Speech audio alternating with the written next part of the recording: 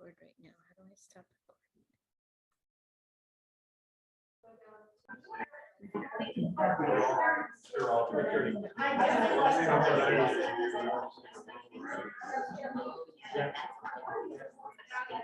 Thirty seconds, folks. 30 seconds. Okay. You just have a clock in the head. No, I just make it up. I know. I just make up the time. You go.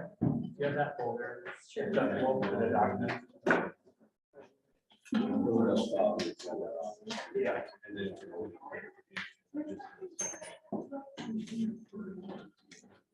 Yeah. Good afternoon, everyone, and welcome to the November 17th, 2022 Benton County Talks Trash Work Group. It is 3:04 and we're ready to begin. In the packets in front of you, you should be able to see the agenda and walk through that briefly. What we will do is approve the draft meeting 4 minutes, talk about the updated work plan. We'll have an abbreviated public comment period because from 5:30 to 7:30, we are having an open house. The bulk of the meeting is dealing with the 4 subcommittee reports, which will be member led, telling you what they've done, what they are about to do. We'll reintroduce charges D and E, and then we'll do the usual reminder of the next meeting evaluations, what have you, and a brief preparation for the open house that follows. So that's kind of an overview of the agenda today. So I'll pass on reviewing participant meeting expectations because you're all savvy at this. First order of business is to approve the draft May 4th minutes, and those minutes in particular are the ones that were sent out late this morning. And at the top, it says amended 11:16 and 11:17. To the extent you have had time to follow the email traffic in the last roughly 24 hours, that material is there for you. And with that, I will open it up to a discussion about the meeting minutes. Just a note, the meeting minutes that are printed are the ones from last night. They've since been updated this morning, and the updated version, I believe, is online, or it will be shortly.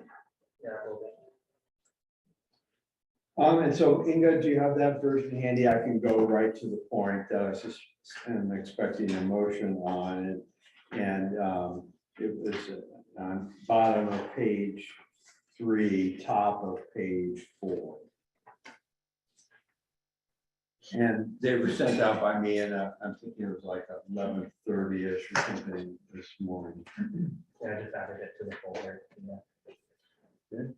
So while she's getting them up so people can have, I think Joel has his hand up and we'll call on him. Joel.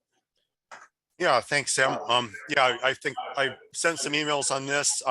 There were 2 citizen or community member comments that were rather poorly expressed, and Debbie Palmer said she had the second of these. She said she was happy with the revisions that you've made now in the later version you sent out. Doug Pollock, though, I don't think you really covered what he said. So I have I'd like to move to, I've sent these a revision out, and I'll move that that should be replacing what you have for Doug Pollock's comments. If you want, I can read that verbatim. Yeah, why don't you go ahead and read it verbatim?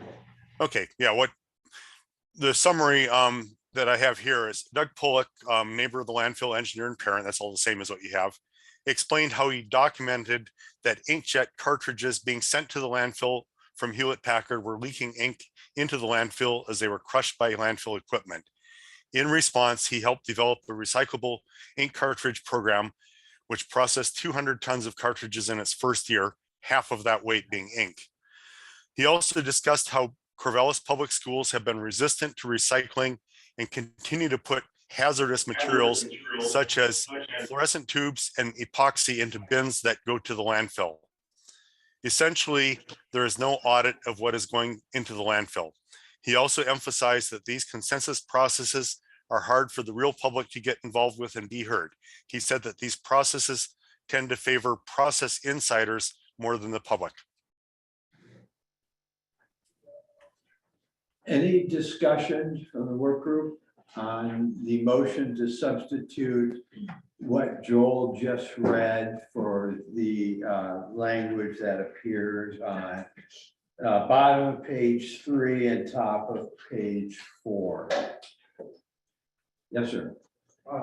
If I read Nancy Wise's comments, we need to do this formally so that the second to get the motion Yep. to discussion, so I'll second that. Okay, And the comment I have is as considering an alternative, it's mentioned that we can do exact transcripts. It's not done normally, but that's possible. If instead of everybody reinterpreting what we heard or the notes we have, possibly we could just incorporate the transcript from that day as the testimony of Mr. Palmer. And then it would be unambiguous what was said. There's no interpretation, there's no filtering. Maybe that's the best way to get public input on a sensitive topic. Clearly, it's a sensitive topic. Just an alternative. further discussion, suggestions? So let's take the issues one at a time. The current motion, which is to substitute what Joel read, and he has sent out an email, and I'm making this up, like 12:30 or 1-ish sometime this afternoon. That will be in your inboxes when you have next access to them, and substituting that in. So we have a motion and a second. All those in favor of substituting the language that Joel just read into in place of Doug Pollock's comments that currently appear at the top of page, bottom of page 3, top of page 1. All those in favor, please just raise your hand and I'll call. We have John, Catherine, and we have Ryan, we have Russ, we have Ginger, we have Mary, we have Marge, and we have, you're raising your hand now? No, Okay. I'm sorry. So that's 1, 2, I'm sorry, now raise your hand so I can do the count. 1, 2, 3, 4, 5, 6, and we have voting members today of 1, 2, 3, 4, 5, 6, 7, 8, 9, 10, 11, but I'm just kind of the voting members. I'm not a voting member. And you're not a voting member. So just the voting members, raise your hand. I'm sorry. You just got to get through this. 1, 2, 3, 4, 5, 6, 7, 8. We have 9 voting members, Millie. Can you write that down, please? And then how many voted yes? Raise your hand. We have 1, 2, 3, 4, 5, 6 out of 9. That's not a quorum of the, we'll have to see. And Joel raised his hand, I'm sure. So that's 7 of 10 members. Frankly, let's just get this done. I mean, I think we should just accept it and change it to what that was put forward and move on to the future of how we're going to handle these down the road, because we need to have a system that can be as efficient and fair and transparent as possible. So Ed made the motion to get the recording. So how this works as a practical matter for information, not objection to this at all, is that there's a program that we have called REV. It does instant auto translations, transcriptions, and then they're still very rough. They're not polished. And that's very reasonably priced. The actual person who is doing it does a better job. That's a little bit more expensive. And then ultimately, if you want 100% fidelity, you have to get somebody with microphones, earplugs, and have the translation on the screen and then be listening to it. So, you know, all that is possible. The other proposal that may be quicker and have more fidelity is I suggested that if a person wants to hand out written comments, we would encourage that when they come to make a presentation. And then we will just attach them to the meeting notes. And in that little box where it has their summary, it will see Ms. X or Mr. Smith, Mr. Y's testimony can be found as Appendix A to the meeting minutes. If they don't and just want to present orally, they can send in those notes to us by Tuesday the next day, and we'll do the same thing, attach them, their actual words versus anything else. Ed, Doing something like attaching the actual words that if they have a written testimony, or in this case, it's like 2 emails that Mr. Pollock submitted, trying to explain what he said. If we could just even attach those to the record. I know they're not contemporaneous, they didn't happen on that day, but it really it gave a very clear picture of what he was trying to say. And that would be, I think, a lot less work. It doesn't involve going to transcription service. It may be as simple as printing out and attaching the emails and having it in the record that this person brought up these issues. And make it agreeable to that person, to Mr. Pollock. Very concerned about inclusion, that's all. yeah, no, everyone has the same goal. The only issue to me right now is what's the best mechanical way to do I'm trying to this. come up with something. Yeah, March.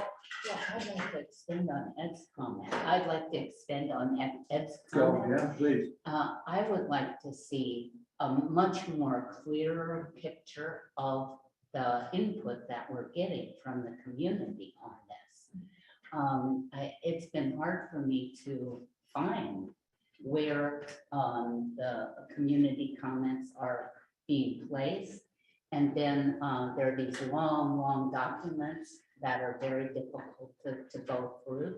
And I think that you know, we should have a structure where everyone from the community who makes a comment, we can easily find that comment and we could see what they have to say at each meeting. So right now, Daniel, we wanted to summarize how that is handled by staff. Sure, yeah, as you can imagine, we get a ton of emails coming in from members of the public as well as the members of the work group. So this past meeting, we added them all to our FTP server, which is basically a file sharing server. So that link is on the agenda today. You can go to that link and basically choose between a folder for public comments, which is non-work group member comments, or work group member comments, which is obviously those folks on the work group. And you should be able to find all the emails that they've sent in between meetings there. And they're titled as they are titled in the email that they come in. So hopefully folks are titling their emails clear enough to understand. Okay, so that's on the work group webpage. Yeah. You say FTP, and I know what that means, Of course but you can. it's not exactly, I don't know what it means in terms of that webpage. Yeah, it's you don't have to know the FTP so much as it's a link on the agenda that you can click on and it'll take you to the two It's a folders. link. Okay, Yeah, so right here on the agenda, right-hand column, it says public comments. So the public comment period button, and you click on that, that automatically takes you to the county's FTP site. you put in the very creative password, Benton, one exclamation point, and that gets you right to it. And that has been what we have done for every meeting so far. So they're all will be there in one place for people to see. And that's much improved. So let's get back to, what about the idea of just asking people to send in their statement, not an explanation of their statement, but just if they have a public comment and they're here present, if they hand it out, great. If they don't, they just mail it I in. think that's perfect for going forward. Yeah, that's what I'm saying. Okay. Yeah, that's what I'm saying. This is, That's we already, going forward, that's separating it. yeah, we've already resolved it's gonna be amended, those documents pursuant to what Joel read. Debbie Palmer indicated in writing that she was okay with the new version, which was, I simply copy and pasted from her email into it with one minor thing, that she versus Debbie in brackets. But that resolves that issue for the meeting minutes from last Because week. you've added that Mr. Pollock's comments, his emails will be in that file, that public comments file. His emails up to this date that sent in are already in the packet. Right. The ones that he has sent in, making this up in the last, say, 48 hours, will be in the meeting packet. That this public comment It's gonna be link in it, that's good, that's. at the FTP site, it's going to be in there as we've been doing from the jump. Just wanted to get that reassurance, thank you. No problem. And so then going forward, members of the public, you're encouraged, as you saw in the chairs, well, you're not on the emails, but in the chair's comments, that the way they do it is ask people to write things up, and then they attach them literally to the meeting minutes, so there's no back and forth of the right words and the nuances, what have you. And then you have time afterwards to send them in and write, so that there's no ambiguity that they're the person's own words. There should obviously be a fidelity between what is said orally and the document. But we're not going to go through and summarize those comments for anyone. If people want to see literally what was said in the meeting, they can go to the first 15 minutes of every meeting and read and listen exactly, but we'll have the people's written own words. So that seems like the best way to do it. Any objection to that from a work group member, Catherine? Not necessarily objection, but just to be clear, so if somebody provided just an oral presentation, they would not necessarily have a draft document in writing that they could submit.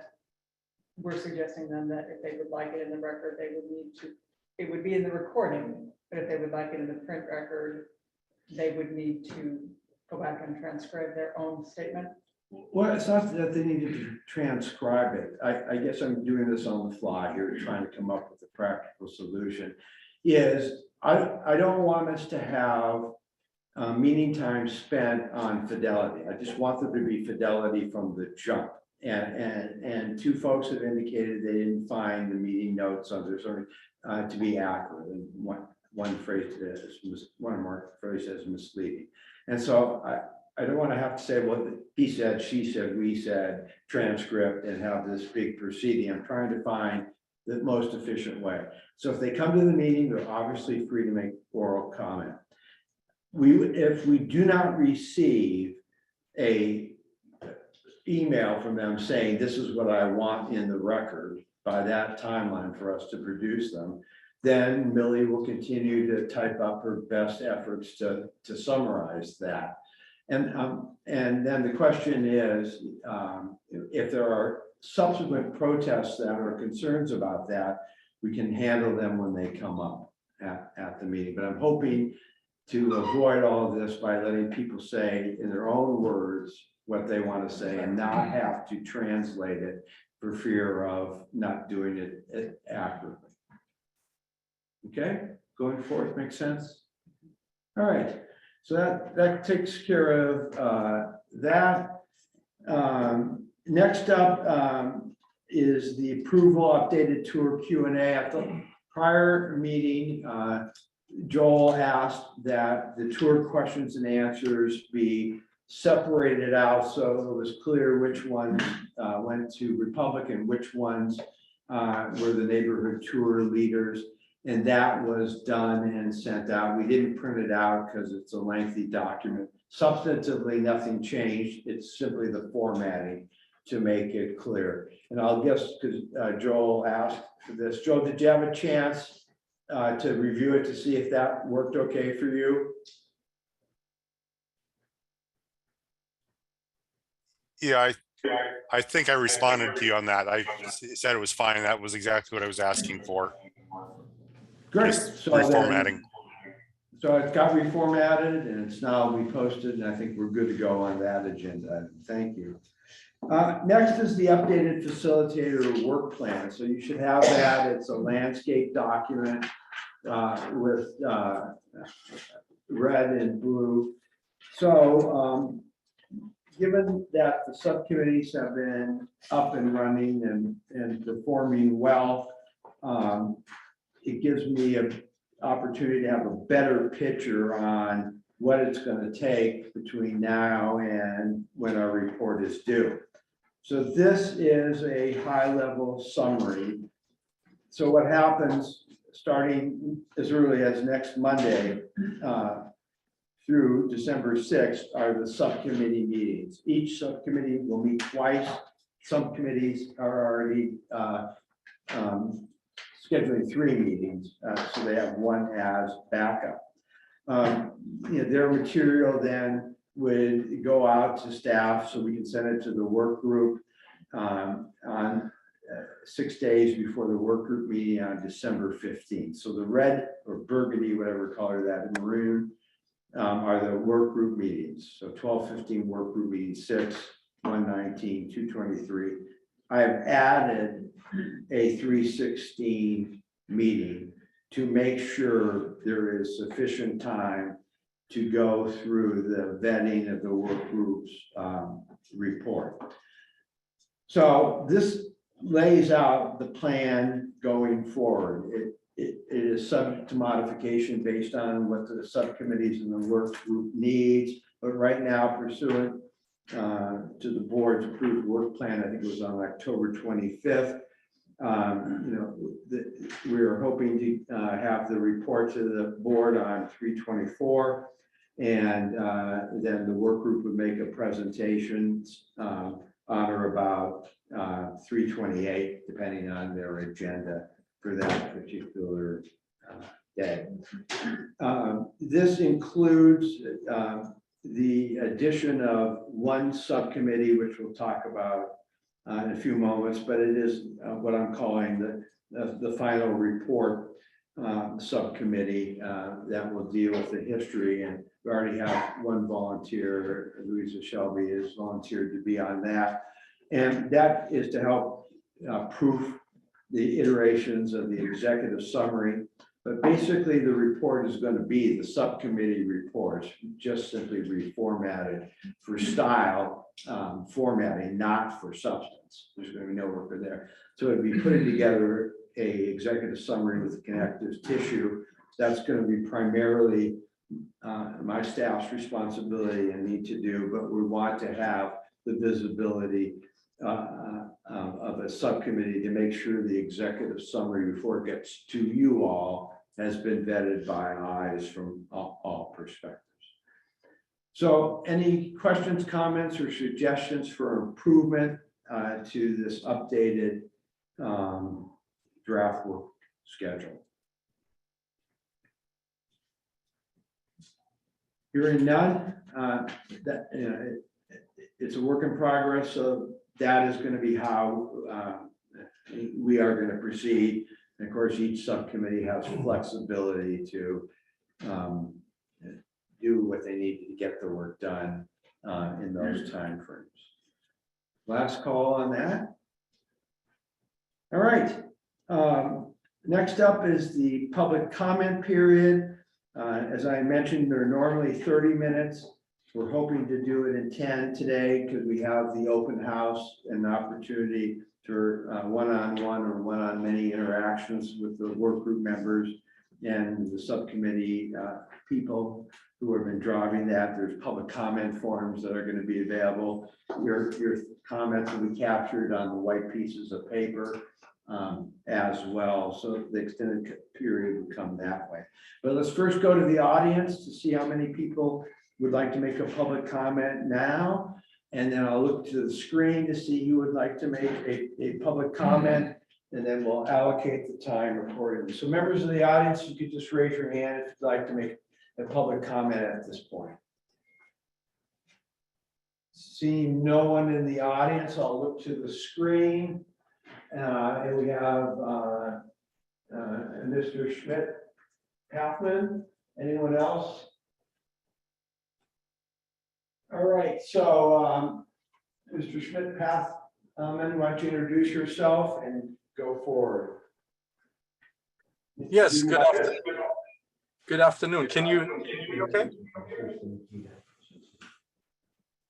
Can you hear me okay? Yes? Yes, we can hear you fine. Okay, great, thanks. Yes. Honorable Chair and members of the temporary work group. I'm Philip Schmidt-Pathman, President of the Institute for Energy and Resource Management. We are a tax-exempt organization headquartered in Seattle, whose mission is to promote scientific research on all aspects of waste management and to provide objective information about the subject to policymakers and the public. Our board members come from the United States and Europe and have many years of high-level experience in waste management, and we have forged partnerships with universities, trade associations, and other entities, giving us a vast network of experience and expertise. I've worked on studies for the Cedar Hills landfill in King County and on many other projects in the United States. As we all know, the most prevalent manner of waste management today is landfilling, and when looking at landfills, we have several concerns. Let me briefly discuss two of them. The first is methane, a greenhouse gas at least 25 times more potent than carbon dioxide, created by the decay of untreated organic waste. In the United States, landfills are one of the three major sources of methane, according to the US EPA, which has publicly stated that methane emissions from landfills are underestimated by at least a factor of 2, including those with methane capture system. Of course, every landfill is different, and no one really knows how much methane is escaping because no one is measuring. The most effective way to reduce methane emissions from landfill is to reduce the amount of organic materials being deposited, and that calls for change in the way we handle our waste. The second concern is recycling. We all want to do the right thing and recycle as much as possible, but are we doing it right now and the right way? Collecting different materials in one bin can result in what is known as cross-contamination, making some of the materials unfit for reuse and causing them to be diverted to the landfill. In addition, once the materials to be recycled leave the area, we don't know how much and where they go.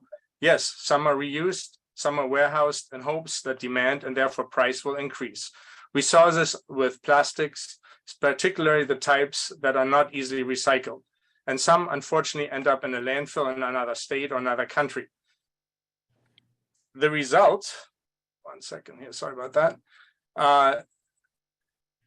Another country, and unfortunately end up in, the result is that we really don't know what our true recycling rate is, which makes planning for improvement very difficult. The best approach is a collection system that maintains integrity of the recyclable materials, coupled with the development of local industry to make use of them. This has the added benefit of creating new jobs for the community. Our team has helped to develop a system and facilities where smart collection results in high quality materials and a verified recycling rate of 60 to 70%. These are just two examples of concerns with landfills and the practice of landfilling. I think most people would agree that burying our trash in the ground is not a sustainable practice in the long term, and that we should be thinking about alternatives now. The goal of IEM is to achieve what is known as a circular economy, as little waste as possible through a variety of social, industrial, and infrastructural changes so that we can preserve scarce resources and minimize our impact on the environment. Obviously, this will take time, but the sooner we start, the sooner we'll get there. Thank you very much. And I submitted a copy for record about 2 days ago. I hope you have that in the information. And I appreciate if you have any questions, please let me know. Thank you. Thank you so much. Next up is Debbie Palmer. Hi, can you hear me? Yep. Okay, I won't bother with my camera and I'll be very quick. I actually just wanted to jump in quickly to point out that the link on the BCTT webpage that Daniel Reddick was talking about, the one to the FTP site, it's only good for 1 month. It's temporary. If you see on there, it says it's only good for a month. So that doesn't sound like a public record to me if it goes away. I do, however, agree with what you said, Sam, about how there should be fidelity between what's said orally and what is written. And I think your new solution is a decent one. So thank you for that. And lastly, Skip Rochefort of OSU, a professor, sent in a video comment because he wasn't able to attend. And I was hoping someone could please present that to the group. And that's We're gonna do that next, Debbie, after you. okay. Okay, Yeah, perfect. you- Thanks. Thank you very much. And I don't need to submit what I just said in writing. I just wanted to let the group know about that FTP site. We had that experience with the FTP site back during the first application for expansion, and that all this information at the FTP site would go away after a month and they would have to reload it. So it just sounds like an unstable thing. So having a better record is a better idea. I just want people to know about that. Anyway, I'm done. Thanks. No problem, thank you. So Daniel, what is the deal on that? Is it just a matter of recreating the password every month or something, or how does it work? Yeah, basically we have to just set the link each month. There's a month timeline on it. There are still publicly available records that are stored with the county. So there's not public records issues with it, but the availability has to be reset monthly. And so it's not something you have on your calendar just to go in and reset and can just make sure that it stays up to date. Yeah, we fully intend to be updating these comment links regularly as they expire. Okay. And then the professors, we got an email from him too. And do you want to set the stage for this, or is it self-explanatory? I don't know. I haven't reviewed the comment. Okay, so this is a professor from Oregon State, and you'll see his handout, but he's out of the country, I think, at least out of the state, and wanted this recording for us. So here this is.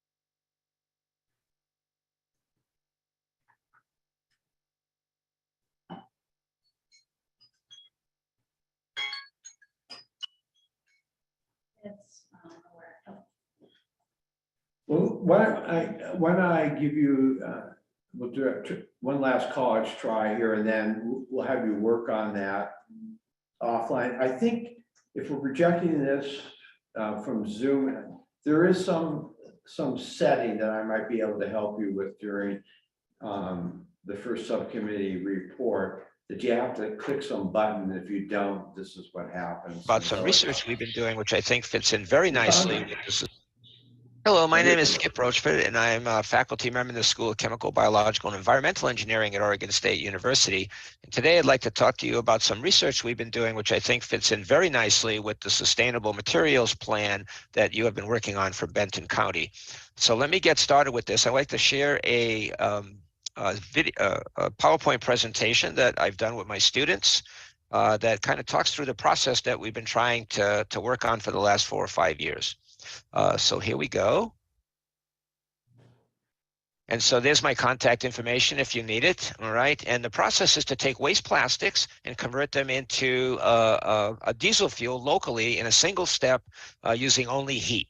And I'm going to show you how we do that. I have a very good team. There's our team down the bottom there. you know the worldwide problem. Okay, we have plastics everywhere, and so that's the issue.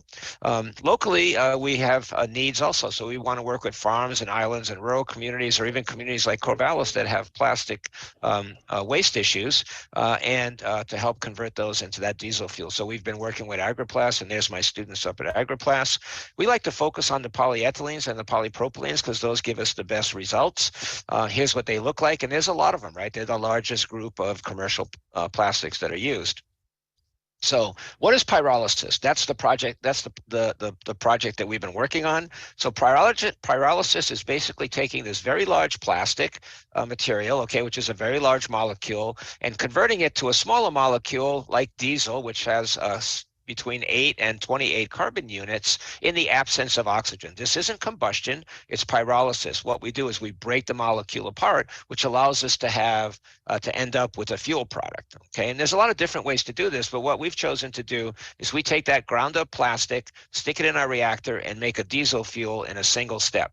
And we think that's a really efficient and locally and a very community-based type of operation. Here's our reactor. So it's a kiln-based reactor. We have a stainless steel tube here. There's a schematic. We load the plastic in the bottom of the reactor. We heat the reactor outside. So here's our kiln, just like a normal kiln. We heat the air to about 550 degrees C. This is just plugged into 120 volts, so you could stick it in your garage if you wanted to. We heat it up and don't do anything else, and the gases come off here. We condense them, and then out of this port right here comes the diesel fuel. So we've been trying to show some circularity on the OSU campus. So here's, we have a lot of cups from Dutch Bros. Okay, we take those cups, we grind them up, we turn them into diesel fuel. We take 3D printer spools, we grind them up, we turn them into diesel fuel. Remember, this is all done in a single step, same thing for food trays, okay? And all we do is add heat, basically, and that's what we get. We get a diesel product that you could put in your tractor or your boat or even any kind of engines you might have on site. These are some of our collaborators that we work with, okay? Here's my group up at Agriplas. I want to give some special thanks to Helen Liu for sponsoring our work, okay? And now, just to finish off here, I'd like to just say that this was obviously a very quick 3-minute presentation. Love to be able to talk to the group about the ability to do this in Corvallis, and I think it is really something we could do locally. Maybe even put something up at Republic Services if they're willing to site it over there. So, love to talk with you more about this, and thank you for your time.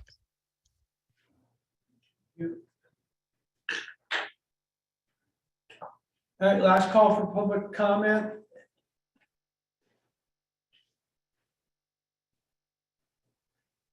Great, thank you.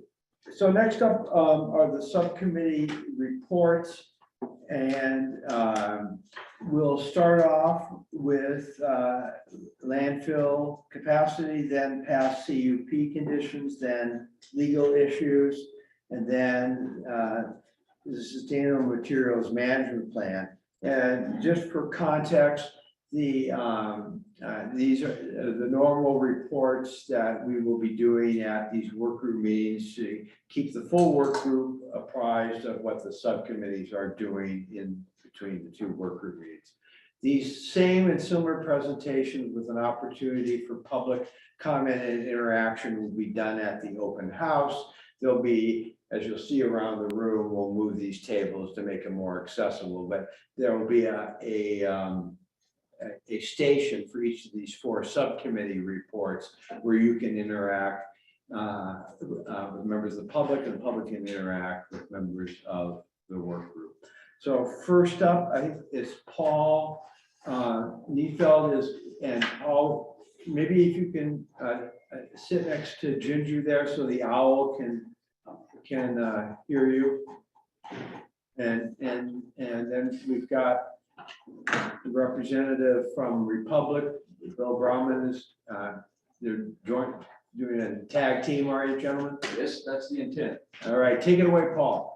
So I'm Paul Neufeld, private citizen, volunteer. I live in the area of the landfill. I'm also a customer of Public Services and a kind of small scale investor as well.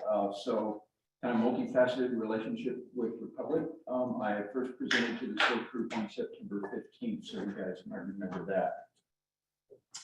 Bill Broman, I'm our Northwest engineering manager. I work with Ian McNabb. I am relatively new to the subcommittee. And I've been with Republic Services just under 11 years. And I started at Cotton View back in 2012. That's a little bit of my history. Thank you. So Daniel, if you could just scroll up to the member list there. I was just going to make a point about that. Yeah, thank you. So the subcommittee A1 that deals with basically the capacity, the size of the landfill and projections for future landfill life is comprised of the members that you see up there. We've got 3 folks from Republic Services, 3 folks from SWAC, a couple of governmental representatives from Marion County and Lynn, and then of course there's staff member and facilitator and myself, really kind of the only private volunteer on this subcommittee. Just to recap quickly, what we've done up to the last meeting was basically start to work on documenting the size of the landfill, which includes both the area, the footprint of the landfill, if you will, as well as the capacity of the landfill.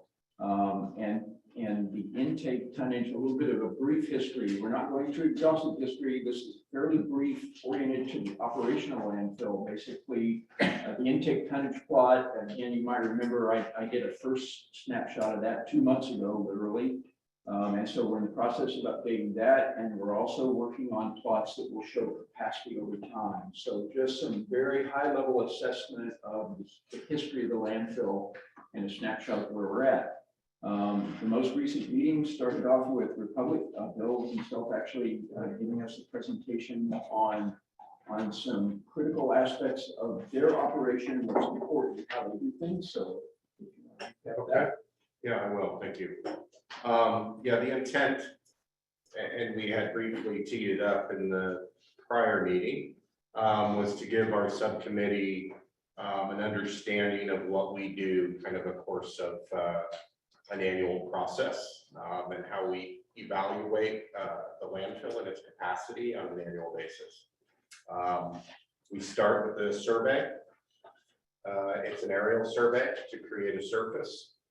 And I guess I want to make a clarification here. We submit annual tonnage reports to Benton County for a calendar year. What we use internally is based on the dates by which we fly our aerial survey. And then we record the tonnage through our scale computer system that we use the same process in reporting our tons to Benton County. However, it may bridge more than a calendar year, it may bridge less than a calendar year. It just depends on when we have weather and we can fly. So based on that tonnage of what has come across and gone into the landfill and the difference in the prior year surface, we can generate a density and the amount of airspace that has been consumed. And so for those, just when we speak of airspace, think of a trash can, and the trash can is half full. That's the amount of waste that's in the landfill today. The difference from the top of the trash can to the top of the waste in the waste bin is airspace. And so that's the amount that we have permitted through Oregon DEQ to occupy in that hill. So it's not a function of tonnage, it's a function of airspace, but tonnage comes into play when we're talking about density. How dense can that waste be compacted? So we talked through that a little bit.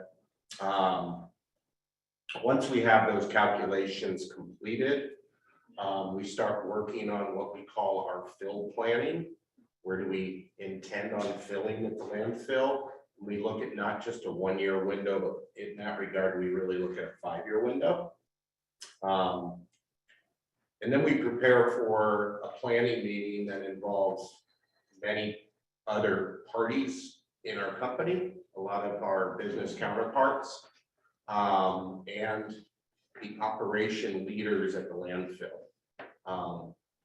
We need to ensure that we're all on the same sheet of music when it comes to, any new developments having to do with upcoming cell construction or landfill gas construction or anything that has to do with leachate or stormwater infrastructure. Our group, Ian and I, are essentially fully responsible for the capital infrastructure and constructing the landfill and ensuring that we have some place to put the waste, a line to sell. So that is our responsibility on an annual basis. It's our responsibility to ensure we're communicating that to others in the company. So we all understand what's expected to come in the gate. Now, tonnage projections, we got into that a little bit. Tonnage projections comes from the business side of the business. I hate to use that term twice there, but it's communication that they are getting from some of our franchisees or counties. Brian May spoke up at our meeting from Marion County and gave a very good example of fluctuations that could occur as it relates to tonnage based on impacts to their system and their burner right there. And so following that planning meeting and updating everyone, Ian and I enter our budget season. And that is really, we have a very complex model that is structured so that we know exactly what we need to build the landfill until it is full. And then we have another section on exactly what we need to execute on to cap the landfill, which is required for our approved design. And then per regulation, we need to, at a minimum, monitor that site for 30 years. So we have what we call a post-closure period. And so we have modeled all of that out. And so we revisit that model on an annual basis to refine it because regulations change, tonnage projections change. There's a lot of moving factors. Density changes.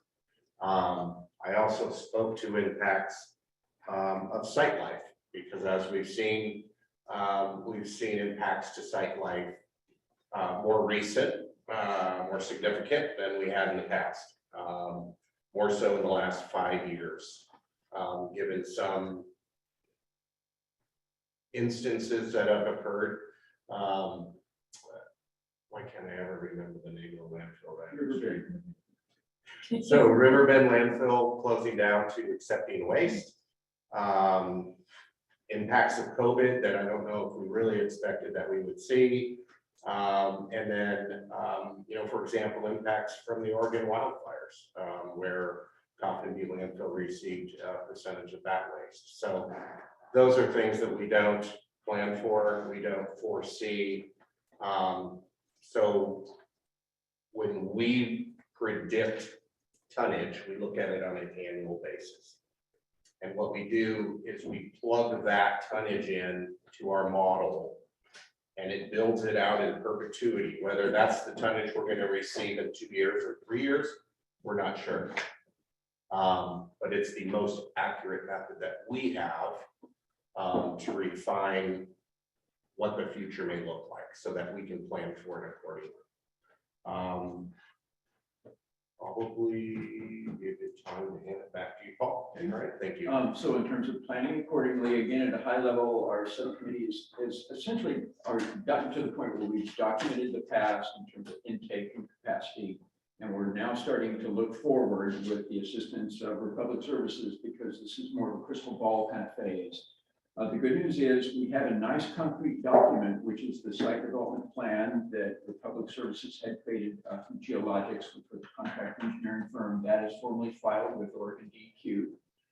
That has defined the cell capacities as well as some of the structural things like slopes, et cetera. But for the purposes of our subcommittee, we're really going to leverage the capacities in that report. We just learned this past meeting that the volume baseline projection used in that report is not really valid. It's in the sense that it was a stake in the ground at the time, but it's not really probably the most prudent forward-looking values to use for expected intake volume over the remaining life of the landfill. I'm afraid of that. What do you mean that tonnage you referenced. Yeah, the intake tonnage is really the figure of merit here, as well as density. So we are right on the cusp of beginning to project forward. I think we're going to do this in this two-step process where we try to drive a stake in the ground. Where will the landfill be at the end of this calendar year? So hopefully we can get that pretty accurately. And then we will move forward with probably a small suite of projections based on different assumptions for density to some degree and intake volume per year will really be the variable that's going to be taking the crystal ball out and trying to project that forward. That's the state we're at. The final thing we're addressing and beginning to address now is what I call the quarry problem, which is the timing mismatch. It's kind of a sequencing problem. Republicans described this in the CP and even more recently, I think, just so everybody's clear, cell 5 is currently being filled. Because of the large increase in intake volume when Riverbend closed, it's being filled at a faster pace than was anticipated.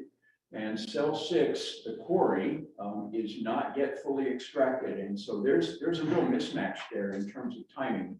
And we are just starting to explore the options that might be available for dealing with that kind of short-term conflict in order for Republic to be able to realize the full permitted space of the landfill for the remaining life. Does that sound fair? So that's where we're at. Any questions? John, well, Paul, just go ahead and call on the members you see them right here. Right up front. Yeah, Yes. thank you very much for, that's a really great explanation. I've been on the periphery in landfill work a long time, and I don't fully always understand the details. But can you tell us how the processes you're following are match up with the standards of the industry across the country? So there's federal standards and then there's individual state standards at the Department of Environmental Quality Issues. And they are typically more stringent than your federal standards. And so those are the standards we are held by. So not only do we have a site development plan, which is a pretty high level type of document looking at the entire facility. And then when it comes time for us to construct the next cell, we have those detailed drawings, construction drawings done, and those have to be routed through the state for approval before we can begin construction. Once we're finished with construction, and we have this type of report on a number of different projects, but we have a quality assurance document created that gets routed through the state for their review and ultimate approval until such time as we can put a piece of waste in that new cell. So there's a very defined process. Brian, I don't know if you'd like to add, you feel there's more to add there? No, I think the site development plan is kind of a high level conceptual type plan, and then as individual cells get built and filled, that's where the more detail is. And so, as far as what is the end of life, is it March 14th, 2060? I don't think you're going to get that specificity. I think it's going to be more of a range. And I think as that last cell is built and fills, that's when you really get a tighter date window as to when it's built. But I will inject a comment here, which is I think the good news is what I'm hearing as just sort of an outsider to this industry is that site development plan is a trusted source for referencing the expected volume of the cells yet to be filled. And so that really does help describe and constrain the problem. I think that'll be a big use as we try to project forward. Yeah, and I work across 7 states, and so there's 7 different bodies of regulation that I engage with and interact with. And other states have very similar requirements. They may not be called a site development plan. However, every state does have the requirement for an engineering document that has to be carefully reviewed and approved prior to us constructing anything. Last call for questions or suggestions or comments from members of the work group. And again, you'll have time during the open house too. It's for everyone, not just public, but everyone. Thank you, gentlemen, Okay, very thank much. you. Next up is the past CUP conditions and the subcommittee on that. Yes, Darren? So Sam, it's a little bit difficult to hear back here in the back room, so just ask for this. Also, there's no way that we can see what's on the screen. Do you want to pass out the handouts for the audience now, or do you want to? Might as well, yeah, if they're at the table. I think it's the table behind you, or you have them there? Yeah, I think I got it. Okay. Yep. So go ahead. So we'll try to speak up. So who's up next? We're on A2. We're on CUP conditions, yep. Okay. Ed.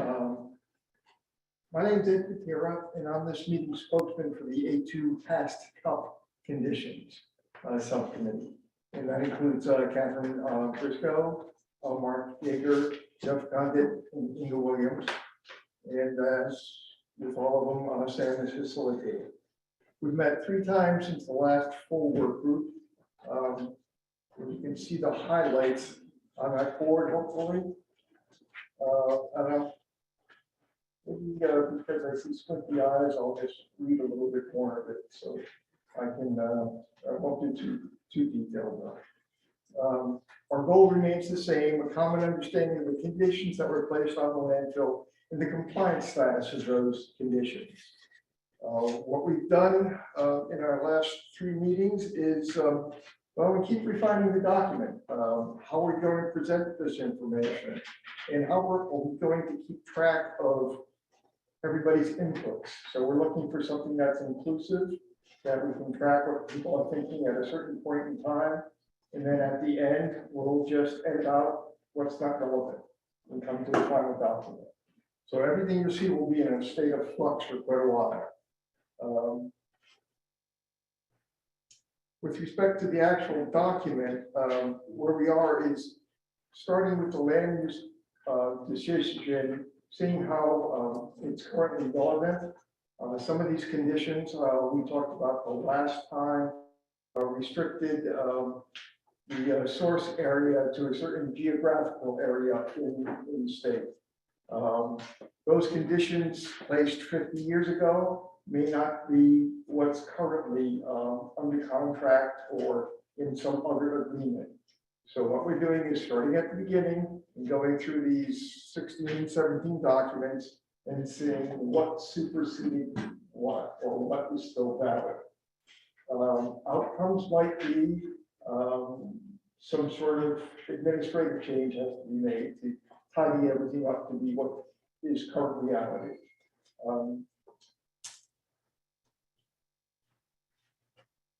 Let me use an example here. If you go back 50 years, there's a land use decision that started Coffin View. Where you look for, well, gee, those conditions were right for that time. Are they still valid? Is there some document that says they've been superseded or they're supported? So far, we've just found documents that support that geographical location with one expansion in 83 to include materials from Sweet Home in Lebanon. We've looked at a franchise agreement. We've looked at a memorandum of understanding. And we've mentioned the Riverbend addition. We see at least the memorandum of understanding that says start bringing in materials from Riverbend in 2016, but it only says for 2 years.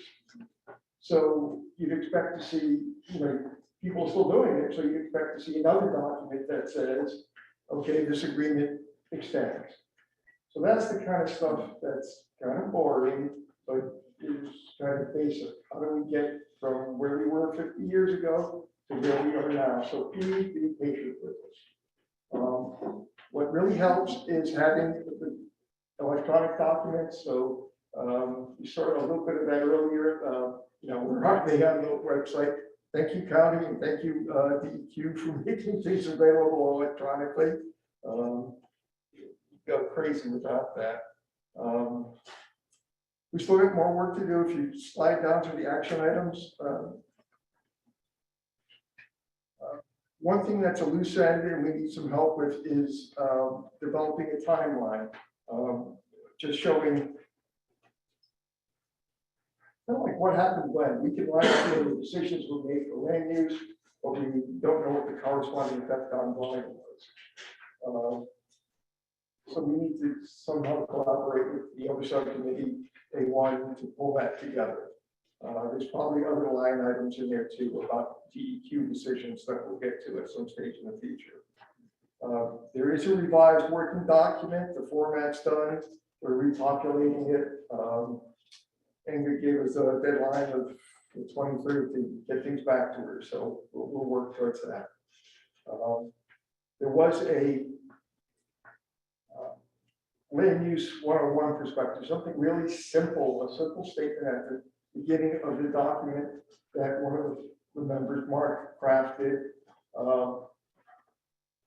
You start getting into legalese, which also probably points to one of the good points of the group. There's a legal team, so they reviewed it, they get their opinion. We've got our perspective, and we're melding them, and that happened today. So there's another version. So you're going from siloed groups to starting to see collaboration. So I think this is good. Thank you. And any comments or questions directed towards where the CUP work is now and is intended to go? So I think just to put a bow on that, I think there is a high likelihood that at the end of this process, there'll be, making this up, like a 60 or 70 page document in form of tables that will take you through from 50 years ago through the progression of all of these issues.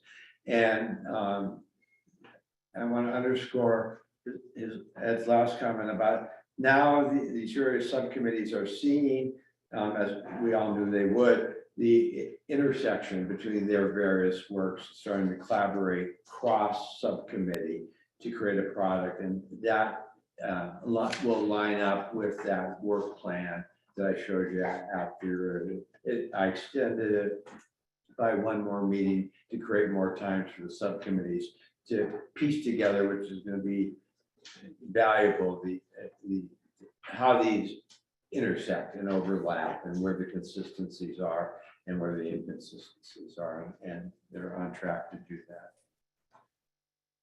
Yes, someone on screen. Joel. Yeah, Sam, I was wondering, these are like hugely complicated documents I see coming out of this group in particular, this subcommittee. When we come to the end and we're asked to vote on consensus or poll on consensus, how do you see that process happening? Are we going to go line by line through them, or are we going to vote on the whole thing, or what? So the actual voting protocol is going to be raised to the work group for your consideration. So we'll have the macro question. We're going to discuss and vote on how you want to vote on the final report. And traditionally, the major lifting for I dotting and T crossing is done by the subcommittees and worked out. So to the extent there's not a consensus, meaning everyone voting 1 or 2, it will clearly show what those voting 1 or 2 said and those voting 3 said. That will be captured. When it comes to the entire product, I suspect, meaning the final report, the first draft of the final report, we will go through them section by section. And traditionally, the question is something like, taken as a whole, does the CUP subcommittee's final draft report accurately reflect its work? And you'll vote 1 if you think it does, 2 that you generally support it, would like to suggest some amendments, and then 3, no, it doesn't, and then you would suggest amendments that if the work group or subcommittee agreed with, you would move your vote from a 3 to a 2. So it is not going line through the documents, but they will be sent to you in sufficient time that you will be able to, for yourself, be able to see if you're going to be able to vote a 1, 2, or 3. You're going to tell us why you're voting a 2 or 3, and then we'll work those issues that you identify. But because subcommittees are in almost every circumstance but one are balanced, we're hoping to get fidelity of beforehand. If we don't, then the work group will have a chance to do it. Could you clarify something you said? I think you said the question posed to us as the work group would be whether the report accurately reflects the work of the subcommittee, and I don't really see how we can do that. Won't the question be whether we agree with the report, the findings of the report? The end result of that question is to allow you to vote 1, 2, or 3. So if you're overall accepting of what the subcommittee has said, you vote a 1. If you're overall thinking it's pretty darn good, but you have a couple tweaks, you'll vote a 2. We'll take each of your tweaks and every member's suggested tweaks and work that issue as far as we can. If you vote a 3, it means you don't support the subcommittee's report, and therefore we won't have a consensus, but you'll be able to tell us why. And I'll try to facilitate / mediate to a consensus. If we can't reach a consensus, that section of the work group report will be reported just like we've done in the notes from the past meetings. Here are the people that voted 1, here are the people who voted 2, here are the people who voted 3. Everyone will be able to do their own report to the work group and to the Board of Commissioners, saying what they agreed with or disagreed with in any aspect of the report. So you'll have your own opportunity to say anything you want to about its fidelity. But I'm going to ask that we reserve this issue until we get closer to it. But that's generally how these go. Doesn't mean that's how it has to go this time. That's just one approach. If the work group doesn't like that approach, we'll come up with something else that can work to do it. All right, next up, we have the legal issues and land use review subcommittee. And Elizabeth Liz Irish is on deck.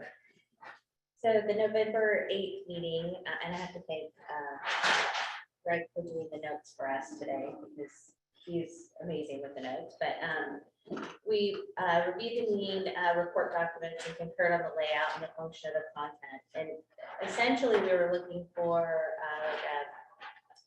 a way to make some of these documents that we're looking at, which are books at this point, like a quick look. So we're hoping to do something a little more easy to look at that people can reference and then go back into the documents and then find what we're looking at. So we agreed on that. We had, as he put, a lengthy discussion of item C to discuss and identify what product would be most useful for the Benton County Commissioners. We decided the brief table was that item. The challenge came in that we didn't want the brief summary to be looked at as the report because there's so much to every subject. There's layers, in fact, whether it's federal or state or local jurisdictions. So we did decide that we would do the brief table and then move forward. And then the next meeting, we wanted to, the to-do items was to go through the list and decide what hadn't been addressed so that we can fill in the gaps. And we unfortunately didn't get to that, so we pushed that on to the next meeting. And Republic really wants a chance to review those items prior to release. So we're going to dig in a little deeper. We have a couple holes and some disagreement on a couple items on if we should address it and how we should address it. And mostly it's because these things are just a little complicated.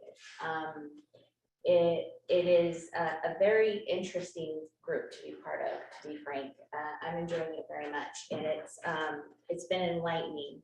I think one of the benefits a lot of us are coming out of this with is that this isn't such a black and white issue as we all kind of started out to think it is. Things are a little more complicated, and that's what we're running into. So we also discussed the franchise agreement contract, how it supersedes the previous contract. So whatever current agreement supersedes whatever the previous agreements were. I was under the misconception that that also was the CUP, but that's not in fact the case. And so some CUP items on previous CUPs do carry forward. And so we had a discussion, and Vance had said, and I have this little note here, that he's hoping to advise staff and planning commission that we actually put wording in the new CUP that addresses what those issues carrying forward will be. So that helps with clarification going forward. I thought that was a great added. Best practices, as Sam said, for what applies from past decisions of what's being carried forward. And then we have a lot of meetings, and then we spend a lot of time addressing the statement. And I think we have, is it 10 o'clock tonight we have a meeting? No, I sent it out last night in a coma for 10 o'clock tonight, then I changed it to 10 o'clock this morning. And we had a meeting this morning. And I just missed it. Yeah, there was a second, well, it's my Okay. fault. Okay. There's a second correction email, but if you want to meet tonight at 10, we certainly. No, that's okay. We're So going I'm with glad we no. addressed that. Okay, so hopefully I'll find out what happened at that meeting. And so there's a robust conversation about the document. Members, combined members of the CUP committee and the legal committee met. The drafts were exchanged. I've been given direction to take a next shot at putting together the various themes that'll be sent out to both subcommittees to track change. They'll send them back to me. I'll put together a document that summarizes everything, and at the next meeting of both those subcommittees, then you will be able to discuss, and we probably will end up having another CUP legal subcommittee meeting to finalize the line. I'm grateful you have that meeting, and I'm grateful it's not at 10 o'clock. Yes, Can I just thank say you. that? So I think that's where we're at. And, we have our next meeting set, and I think we're making great progress. I'm really hoping. Any questions or comments for Liz? There'll be a table there actually from the work group, and we're gonna do member of the public questions during the open house, sir. Documents available to us online? They're gonna be online, they are online, and there's hard copies in the back room, so you'll be able to see. Are you needing these? These are all already current documents that we're using for the committee, so they're all online. Thank you. You betcha. All right, thank you. Next up is Sustainable Materials Management Plan report out. That would be me. John, take it Can away. you hear me back there? Okay. So our group met Monday, this past Monday for the second, I think it was the second time. And we have been digging into the table of contents mostly, and I'm going to, before I get to that, I just want to touch on a few of the charges, the parts of the charge that our group has. And that includes really the major part is the contracting out of this study. It was processed to prepare a report to the county and developing an RFP for such. So included in that is what subjects do we want covered. And we have been going subject by subject, topic by topic, and discussing those, bringing up anything we think is missing, anything that that we think is unnecessary or redundant. A couple of other things that we are still needing to get to is the work plan outline and timeline for completion, and so we'll be getting to that. It's always important to remember that what we are doing as a group is recommending to you all what should be included in this request for proposals for contracting out this development of this plan. It is not, we balance and we walk the line of really avoid talking about, what we think should happen, or we want to structure this so that contractors will understand what we're looking for. So then almost the whole committee was, actually, I think the whole committee was there. And so this is a draft recommendation, kind of a summary about where we're coming from, what values, what is our lead documents. And I want to reiterate those. So Benton County Sustainable Materials Management Plan should be developed within a sustainable materials management framework reflecting full life cycle impacts. The following information should be considered during the development of a sustainable materials management plan. A, the 2040 Thriving Communities Initiative values, right out of the 2040 Benton County vision. State and local goals relating to materials management and climate change. These might be perhaps on the state level, the Plastics Pollution and Recycling Modernization Act, as well as the Materials Management in Oregon 2020 Framework for Action. That framework was developed and updated in 2020 based on the previous 2050 vision. And I was looking at that today, and I wanted to just mention what that vision is. It is Oregonians in 2050 produce and use materials responsibly, conserving resources, protecting the environment, and living well. We, as an item C under our values, examples of values and goals expressed in state and local jurisdiction matters and other management plans. So basically, we have some models from elsewhere in the state we're looking at and we're keeping an eye on. And then looking at long-term strategies with short-term action items. There was a lot of discussion in our meeting about the value of both. While the group feels strongly that we need some quick wins, we need to show that this plan will have success. We also felt strongly that you really can't know what those things should be until you have a longer range vision. So we're recommending in this RFP that that plan include a longer range vision as well as shorter term objectives and goals. Just a couple of other highlights to consider that we want considered in the plan we're recommending to you all is really to focus on full life cycle impacts of materials. That includes the impact on our community, environmentally, socially, and economically, and beyond our community. Let's see. So in terms of the table of contents specifically, I'll just bring out, there's 10 major topics. I think we've gone through 8, or is it 9, David? I think 9, but yeah. So we're making good progress. And just some questions come up, and this is one that I think, we're going to make sure is included, the organics aspect of our materials, of our waste. Animal carcasses, how can waste materials with special considerations be incorporated into this document? Sorting technologies under alternatives. There's all kinds of technologies moving forward. How does that play into what our options are? And then we want to mention that we would like clarity as far as proven and unproven technologies or things that are on the horizon. This is recognizing that the field of waste, zero waste, and diversion, as indicated by Skip Roqueford's presentation tonight, is constantly moving. So we hope this, we want this RFP to ask for the state of the art as well as the proven items or proven technologies.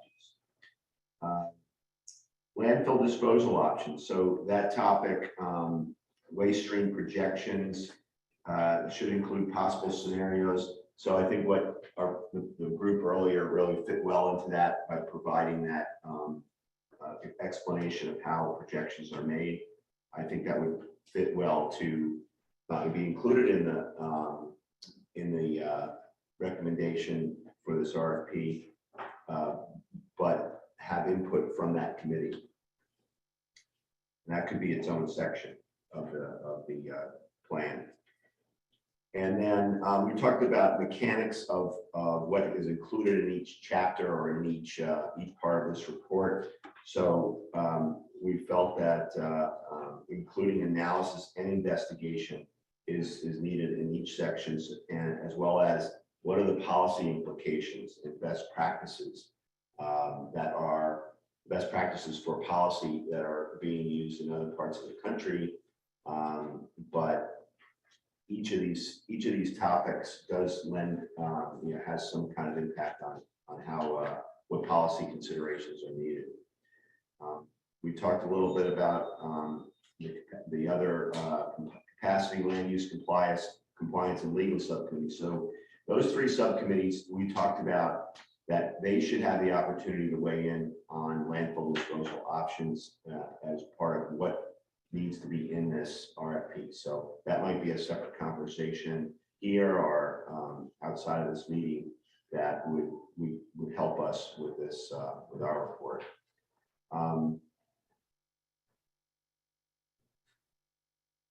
Let's see, we're trying to avoid where there's duplicative sections. So we're looking at where we can combine. There's a couple of examples of that. Our next steps for our next meeting are to talk about that last topic, which is administration and enforcement, and to really finalize this table of contents to the point where we're ready to share it with you all in a draft format. And then finally, that outside of this table of contents, we wanted other considerations for the RFP. So that might be the timing and the timeline and those types of things. Great. Any questions for John or comments or suggestions for the subcommittee to take up under the SMMP like overarching theme? Brian? Yeah, John, are you guys looking at all about household hazardous waste or small business waste facility?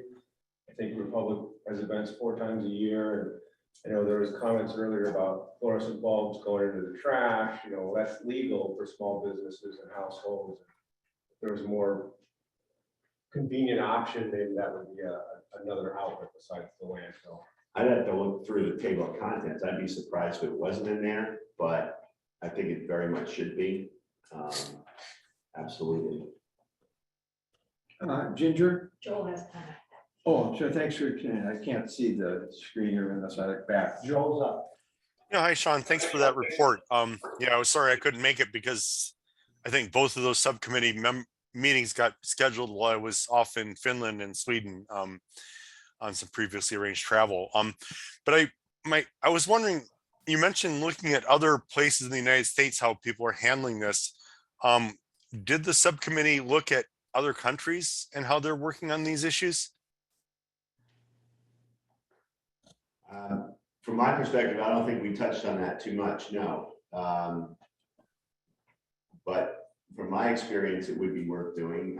It's a good recommendation, particularly in the area of circular economy activities and policies and efforts.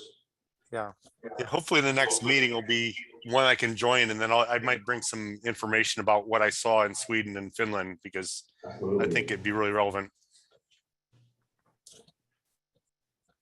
And any other comments or suggestions to improve this work product? So to put a bow on it again, the Benton County Tox Trash Work Group's charge is to set up the future deep dive into the SMMP world. So the way that, as I understand it, the Board of Commissioners have set aside about $500,000 to do this work. This work will start at the end of this process or soon thereafter. It'll be driven by a request for a proposal or RFP that goes out to the consultant community that says, we, Benton County, are looking to have an SMMP process that involves not only the substantive consultant suggestions, but also involves a public comment and participation initiative. And in that process, the actual SMMP will be teed up and presented and worked, and ultimately the consultant and any work group that's supporting it would make a presentation to the Board of Commissioners for adoption. So the best way to explain it is as long as a topic in the RFP says, please look to the following, please look internationally for best practices, new technology, what have you, and provides perhaps some detail in the form of an appendix that says, please see Finland's national standard, or whatever it might be, that will then key the responders to the RFP to put forth why they are competent, in fact, to bring to Benton County those best practices wherever they might be found, and then worked in that setting for the most robust proposal that they can come up with the community. Those are sort of how this is designed to progress. Any other closing comments, questions on that before we move on? Sir, none. Next item is to reintroduce charges D and E. So in a nutshell, the commissioner approved charter talks about charge A, and that's basically developing. And common understandings have been divided up into the following main sections. The first is the history of the landfill from a capacity perspective. And Paul Neufeld and Bill Brumman made that first presentation, subcommittee report, that's going into the common understanding document. Likewise, what is the current status of the CUP conditions?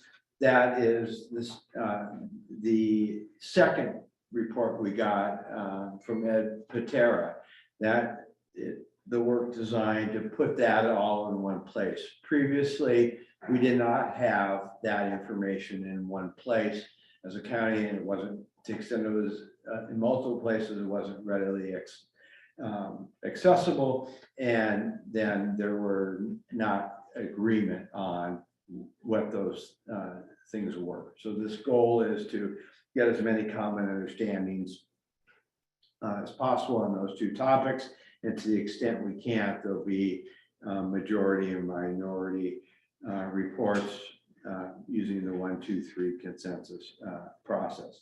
There was also under common understandings, the various legal issues. So when I did my assessment, I heard confusion, different points of views, a desire to have the best statement of what the law is or isn't, so that folks can use it as a tool to the extent they want to use it as a tool by SWAC, by the Planning Commission, by the Board of Commissioners, by members of the public, to see where there is agreement on what the law is, and where there's disagreement, that will be noted, and where it's ambiguous or fuzzy or not clear, those statements will be placed out. Then charge Then we have the SMMP charge, but the two additional ones that we deferred till we got to this point in the process so that the other subcommittees would have a chance to do more work was charge D. And charge D were additional matters. And one of them is to, like we're scoping the steps for the SMMP. There's also going to be work on scoping the tasks to plan the next hauling reopener. So that hauling reopener was negotiated as part of the last agreement, and Corvallis and Republic are in negotiations surrounding that, or will be in negotiations surrounding that. It'll come back to Benton County to look at that. So just scoping the task, we have a clear path forward to do that. There was also some discussion in the assessment and concerns about the role clarity between SWAC/DSAC, the Planning Commission, and the Board of Commissioners on criteria use. And there was a task surrounding, to the extent the commissioners wanted to make changes to the current codes, land use codes, development codes, what would be the timeline for them to process any recommendations that come out of the Benton County Tox Trash Work Group report, be it by consensus or otherwise. So that work is now going to be teed up and brought forth, worked by this legal subcommittee, and then brought forth to you for more detail and comment. That's charge D. Charge E was a general history of Coffin Butte. So we'll have more specific histories in the form of the CUP conditions that'll be worked by the existing subcommittee. Same, we'll have capacity histories that were mentioned previously, but they need to come together and have a overall history of Coffin Butte. And this could well include the timelines that Ed Patera was mentioning, the intersection between CUPs and franchise agreements, and put together, hopefully in a user-friendly document with a timeline so that people can see the evolution from roughly 50 years ago to the present and how all these different pieces come together. So I mentioned in my preliminary comments, this new subcommittee will also be responsible for putting all these pieces together from the various subcommittees, and then and working the overlap or the intersection, and creating a report executive summary. And then it'll also is charged with putting together a community education and notification charge. So one of the meaningful complaints that I heard during the assessment was that members of the public didn't get access to the expansion CUP documents in a timely fashion, that it was too short a period of time to give robust comment and what have you. So this subcommittee is also designed to put together a plan for now, so that when the next Republic CUP is filed, there's already agreed upon plan as to what is the community outreach notification process, and a clear protocol and agreements lined up between the county, Republic, and that the community has all that, and then plug in when SWAC DSAC meets, when Planning Commission meets, and the steps for public comment. So it is from a minimum, from a process perspective, a much more robust and clear and timely processing of that. Louisa Shelby, at the last meeting, volunteered to be a member of that subcommittee. And as the other subcommittees, I'm hoping for as a balanced table as possible. Other members of this, of the work group would like to volunteer, so that group has some internal and external credibility as they're doing this work. They see that all the perspectives have been represented at the subcommittee level. So when the draft of these documents comes to the full work group, it won't have been written by one team or the other team or the third team, but it has some balance. So are there any other members of the work group that would like to volunteer, or is Louisa going to be at one with her multi-hats and do the work for everyone?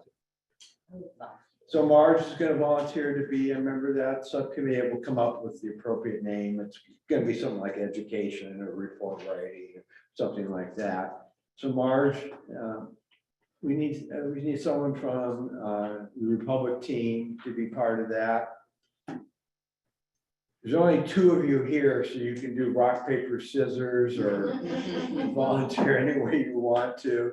I think the wink just volunteered me. So. I see. So Ginger got volunteered by Russ to be on that committee. That didn't go without being noticed. Anyone else?